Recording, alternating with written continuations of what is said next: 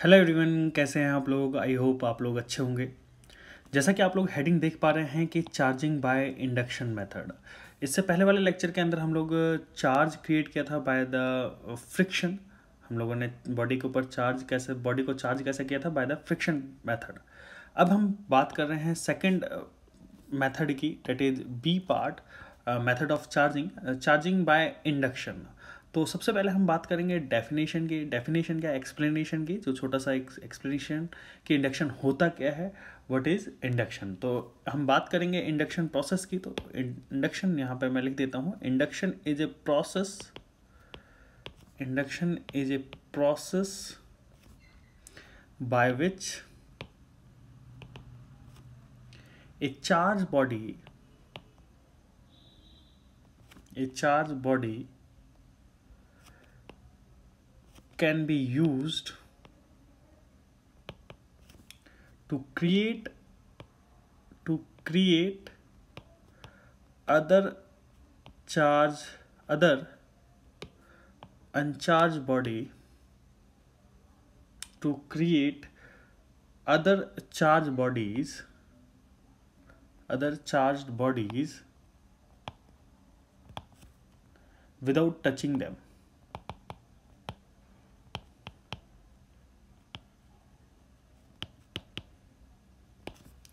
तो इंडक्शन एक ऐसा प्रोसेस है जिसके अंदर हम क्या करते हैं, एक चार्ज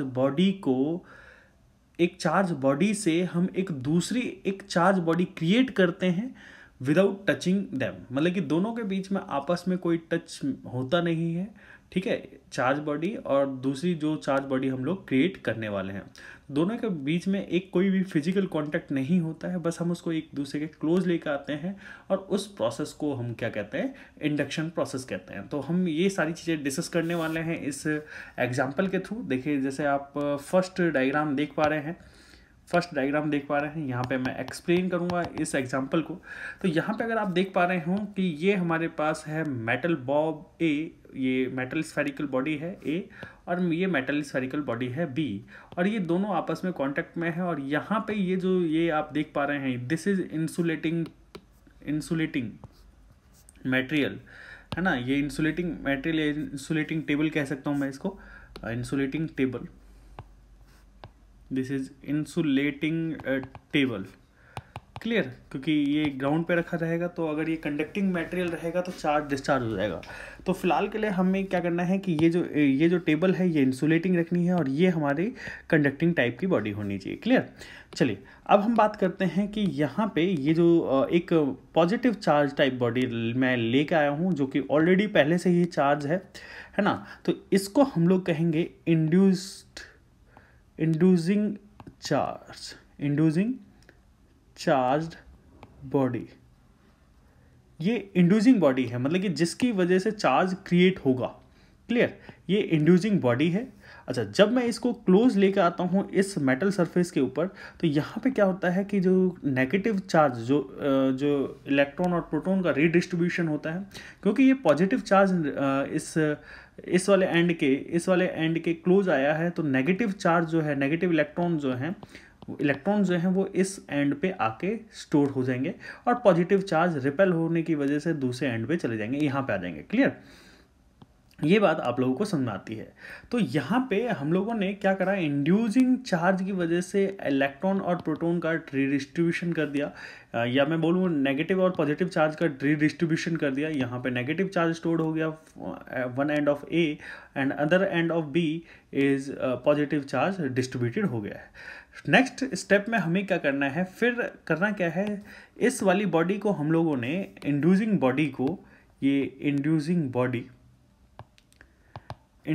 बॉडी को हम लोग उसी पोजीशन पे रखते हैं बेटा। और फिर करते क्या है कि जो ये मेटल स्फेरिकल बॉडी है, इन दोनों को हम लोग थोड़ा सा सेपरेट आउट कर देते हैं, अलग कर देते हैं। और जैसे ही हम लोग अलग करेंगे तो होगा क्या, अलग करेंगे तो यहाँ पे नेगेटिव चार्ज, यहाँ पे पॉजिटिव चार्ज, ये इस तरीके से आ जाएगा, ठीक है। अब क्या होगा कि जब मैं इस इंड्यूसिंग चार्ज को नेक्स्ट स्टेप में क्या करता हूँ, इंड्यूसिंग चार्ज को या इंड्यूसिंग बॉडी को जिसकी वजह से चार्ज क्रिएट हो रहा है इसको मैं अलग कर देता हूँ। जब मैं इसको अलग करूँगा तो ये जो नेगेटिव चार्ज है वो कुछ अपने आप को रीडिस्ट्रीब्यूट करेगा, ये पॉजिटिव चार्ज इस तरफ आ जाएगा, ये नेगेटिव चार्ज इस तरफ आ जाएगा, एक दूसरे को अट्रैक्ट करेंगे। क्लियर।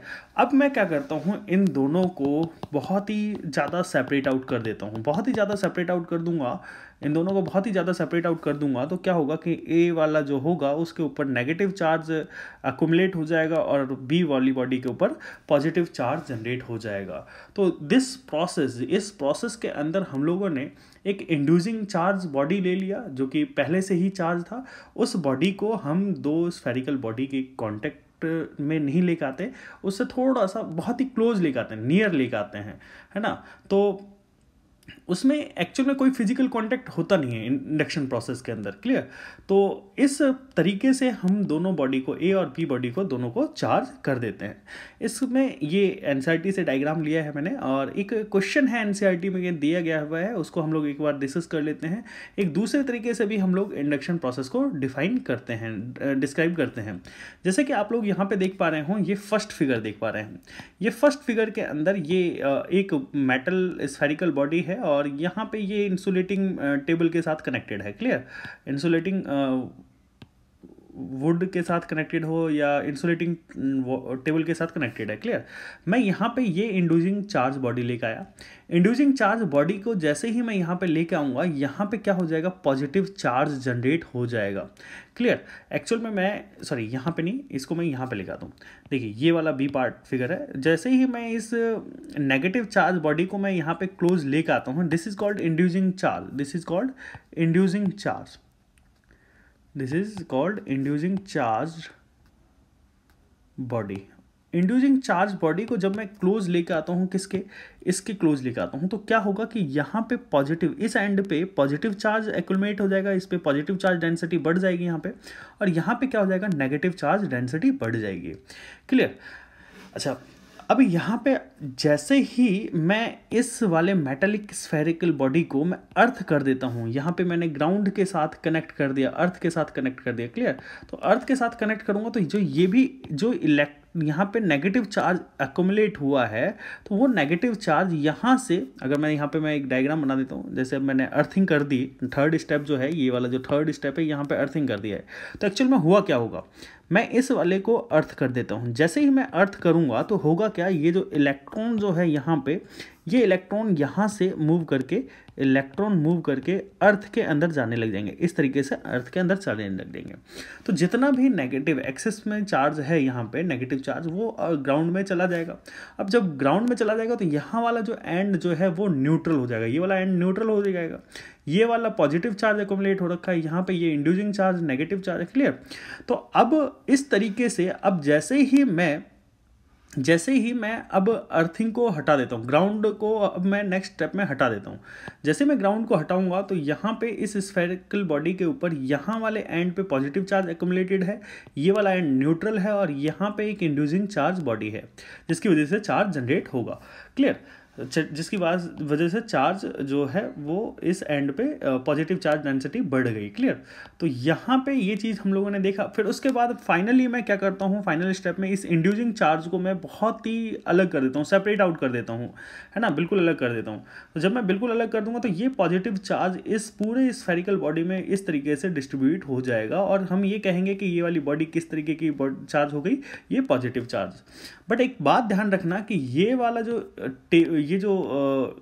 टेबल है, इस टेबल को हमें हमेशा इंसुलेटर रखना है, इंसुलेटिंग बॉडी रखना है। अगर ये कंडक्टिंग बॉडी हुई तो ये पॉजिटिव चार्ज कभी जनरेट ही नहीं हो पाएगा। क्यों नहीं हो पाएगा? क्योंकि जितना भी पॉजिटिव चार्ज जनरेट होगा वो सारा का सारा किस में चला जाएगा, अर्थ में चला जाएगा। अगर ये कंडक्टिंग मटेरियल हुआ तो ये हमेशा इंसुलेटिंग मटेरियल का होना चाहिए।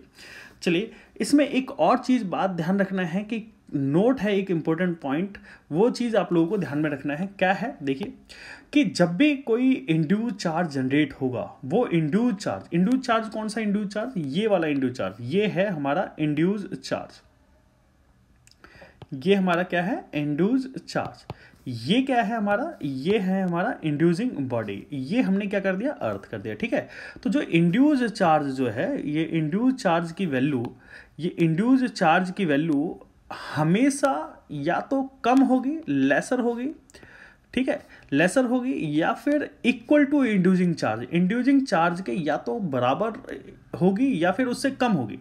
कभी भी ऐसा पॉसिबल नहीं हो सकता कि इंड्यूस चार्ज जो है इंड्यूसिंग चार्ज से ज़्यादा हो जाए, ऐसा कभी भी पॉसिबल नहीं हो सकता। तो क्यू डैश की वैल्यू जो, this is called induced charge, Q dash is induced charge and Q is inducing charge. और ये के जो है, ये डाइलेक्ट्रिक कांस्टेंट ऑफ मटेरियल जो कि अनचार्ज बॉडी पहले प्रेजेंट थी, ये वाली अनचार्ज बॉडी प्रेजेंट थी, ये वाली अनचार्ज बॉडी प्रेजेंट थी, इस वाली बॉडी का डाइलेक्ट्रिक कांस्टेंट होगा, के इज अ डाइलेक्ट्रिक कांस्टेंट। तो अब इस डाइलेक्ट्रिक कांस्टेंट को हम लोग स्पेसिफिक इंडक्टिव कैपेसिटी भी कह सकते हैं। क्या कह सकते हैं, स्पेसिफिक इंडक्टिव कैपेसिटी भी कह सकते हैं। अब एक बात ध्यान रखना कि ये जो क्यू डैश है, ये इंड्यूस चार्ज होगा, that is equal to minus of Q equal to 1-1/k। ये माइनस साइन किस लिए रिप्रेजेंट कर रहा है कि जो साइन इंड्यूसिंग चार्ज का, जैसे आप यहाँ पे देख पा रहे हो कि अगर यहाँ पे इंड्यूसिंग चार्ज नेगेटिव है तो यहाँ पे इंड्यूस चार्ज पॉजिटिव जनरेट हुआ है। तो उसी तरीके से यहाँ पे मैं कह सकता हूँ कि ये अगर माइनस, यहाँ पे अगर ये इंड्यूस चार्ज की वैल्यू की बात करूँ, Q dash is equal to minus of Q bracket में 1-1/k होगा। तो ये वैल्यू होगी किसकी, ये वैल्यू किसकी होगी, इंड्यूस चार्ज की। This Q is inducing charge, K is the dielectric constant. I hope आप लोगों को इलेक्ट्रोस्टैटिक इंडक्शन टॉपिक समझ में आया होगा। और ऐसे ही वीडियो लेक्चर्स देखने के लिए हमारे चैनल को जरूर सब्सक्राइब करिएगा और बेल आइकन को प्रेस करना मत भूलिएगा, ताकि जो भी लेटेस्ट लेक्चर हो आप लोगों के पास सबसे पहले पहुंच सके। Thanks for watching.